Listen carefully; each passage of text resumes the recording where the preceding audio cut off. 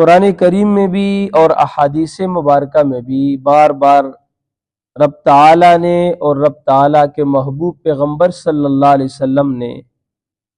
حقوق العباد کی ادائیگی کی تاکید فرمائی ہے،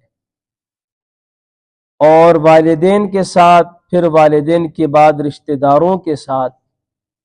بہت زیادہ تاکید کی گئی ہے کہ ان کے ساتھ حسن سلوک کیا جائے، ان کے ساتھ تعلقات کو قائم کیا جائے۔ قطع رحمی کرنا، رشتہ داروں کے ساتھ ناراضگیاں ڈال لینا، موت جابے ختم کر دینا،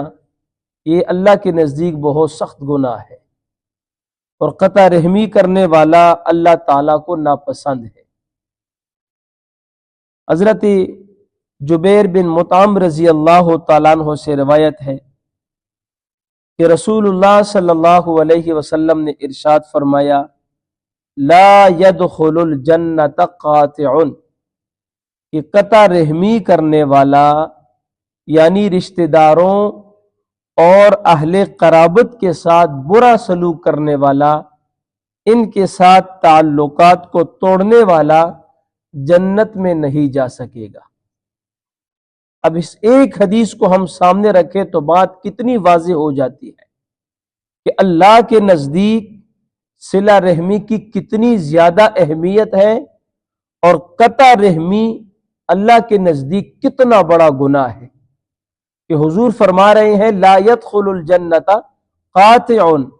تعلقات توڑنے والا، رشتہ داروں کے ساتھ برا سلوک کرنے والا وہ جنت میں نہیں جا سکے گا۔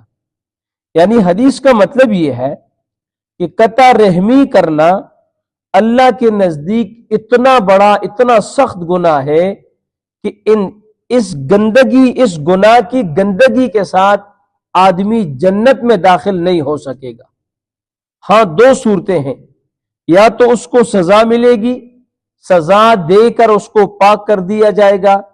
یا کسی اور وجہ سے اس کو معاف کر دیا جائے گا، تو تب وہ جنت میں جا سکے گا۔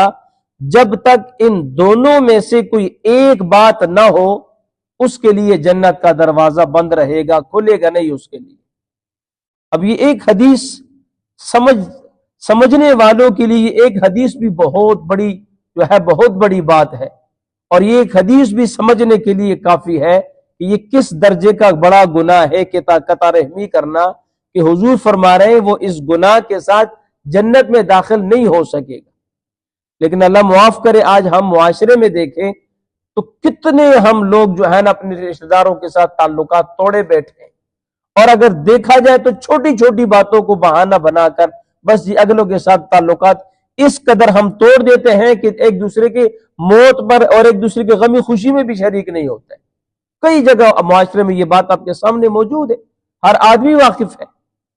اس لیے میرے دوستو، یہ دنیا میں ہم لوگ اپنی انا کا مسئلہ بنا لیتے ہیں، ضد اور عناد میں آ کر جان بوجھ کر ہم جو ہے رشتہ داروں کے ساتھ تعلقات کو توڑ لیتے ہیں۔ یہ دنیا کی انا اور یہ ضد اور ہٹ درمی میرے دوستو ہمیں جہنم میں لے کر جائے گی۔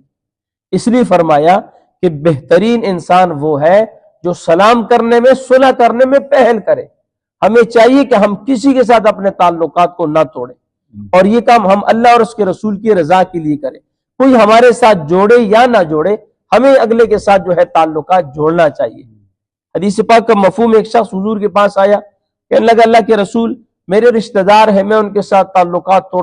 جوڑتا ہوں، ہمیشہ ان کے ساتھ اچھا سلوک کرتا ہوں، تعلقات جوڑنے کی کوشش کرتا ہوں، لیکن وہ میرے ساتھ پھر بھی تعلقات توڑتے ہیں۔ تو آپ نے فرمایا جس کا مفہوم ہے، اگر تم ایسا ان کے ساتھ کرتے ہو کہ تم جوڑنے کی کوشش کرتے ہو، تم ہمیشہ اچھا سلوک کرتے ہو، وہ برا کرتے ہیں، تم برائی کے بدلے میں پھر بھی ان کے ساتھ اچھائی کرتے ہو، تو فرمایا تم ان کے منہ میں مٹی ڈال رہے ہو، خاک ڈال رہے ہو۔ کیا مطلب؟ یہ تم ان کو، یعنی تم ان کے ساتھ اچھا سلوک کر کے ان کے منہ کو خاک آلود کر رہے ہو، کہ تم تو اچھا کر رہے ہو لیکن انہیں شرم نہیں آتی کہ وہ بھی تمہارے ساتھ پھر بھی برا کرتے ہیں۔ تو توڑنے والوں کے ساتھ جوڑنا یہ کمال ہے میرے دوستو، توڑنے والوں کے ساتھ جوڑنا یہ کمال ہے۔ جوڑنے والے کے ساتھ جوڑنا، اور پھر توڑنے والوں کے ساتھ ہم بھی توڑیں کہ چلو جی وہ نہیں کرتا تو میں نہیں کرتا، تو اگر وہ ہمارے ساتھ تعلقات توڑ کے برا ہے تو ہم بھی اس کے ساتھ تعلقات توڑ کے ہم بھی تو اچھے نہیں بن سکتے نا، ہم بھی تو برے بن جائیں گے۔ پھر اس لیے جوڑنے والوں کے ساتھ جوڑنا یہ کمال نہیں ہے، توڑنے والوں کے ساتھ جوڑنا یہ کمال ہے۔